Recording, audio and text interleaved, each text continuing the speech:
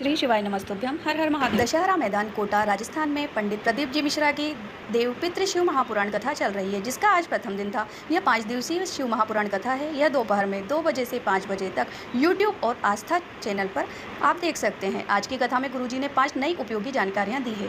आज की कथा में 1 चुटकी आटे से किए जाने वाला विशेष उपाय भी बताया है, जिसकी शुरुआत आप श्राद्ध पक्ष के किसी भी दिन कर सकते हैं। यदि आपके घर में ब्राह्मण भोजन करने वाले हैं तो आपको विशेष उपाय करना है, इससे उसका फल 1000 गुना तक बढ़ जाता है। गुरुजी ने बताया कि आप ब्राह्मण भोजन कराते हैं, उन्हें दक्षिणा भी देते हैं और उन्हें तिलक लगाते हैं तो आपको 1 ब्राह्मण के भोजन का फल प्राप्त होता है। पर आपने ब्राह्मण को भोजन कराया, दक्षिणा दी, पर तिलक नहीं लगाया तो आपको 1000 ब्राह्मण को भोजन कराने का फल प्राप्त हो जाता है। इसलिए चाहे साल भर ब्राह्मण को भोजन के लिए बुलाएं और तिलक लगाकर दक्षिणा दें, पर श्राद्ध पक्ष में भोजन कराते समय आपको तिलक नहीं लगाना है। इस बात का आपको विशेष ध्यान रखना है। पितरों के स्वामी का नाम आरोमा है, जिसे आपको हमेशा याद रखना है। गुरुजी ने आगे बताया कि पितृ और देवपितृ में जमीन आसमान का अंतर होता है। गुरुजी ने आगे जानकारी में कहा कि श्राद्ध पक्ष में 1 चुटकी भर आटा दोनों चौखट में डाला जाता है, या आपने किसी भी घर में आटे की रंगोली देखी होगी, वह देवपितृ के भाव से डाली जाती है। गुरुजी ने अगली जानकारी में कहा कि जिनका विवाह नहीं हो रहा है, रिश्ते आ रहे हैं पर कुछ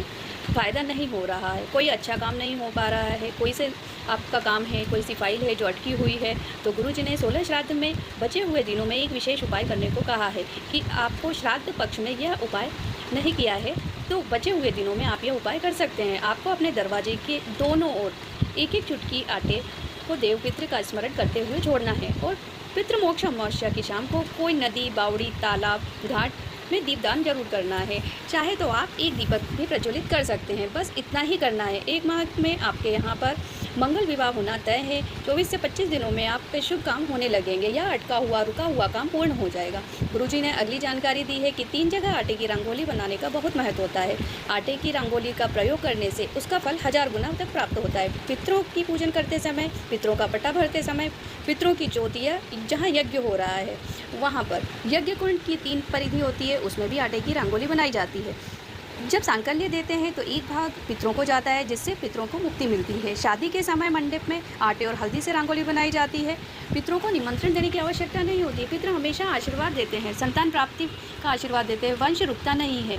यह 3 जगह जहां आटे की रंगोली बनाते हैं, दरवाजे की चौखट के दोनों ओर, यज्ञ कुंड की तीनों परिधि पर आटे की रंगोली, और तीसरा शादी का मंडप जिसके नीचे विवाह होना है, वहाँ पर आपको यह रंगोली बनानी होती है। गुरुजी ने बताया कि कामदेव भोलेनाथ को आम के पत्ते में छुपकर तीर मार रहे थे, तो महादेव ने अपनी तीसरी आंख खोली तो कामदेव उसी आम के पत्ते के साथ भस्म हो गए।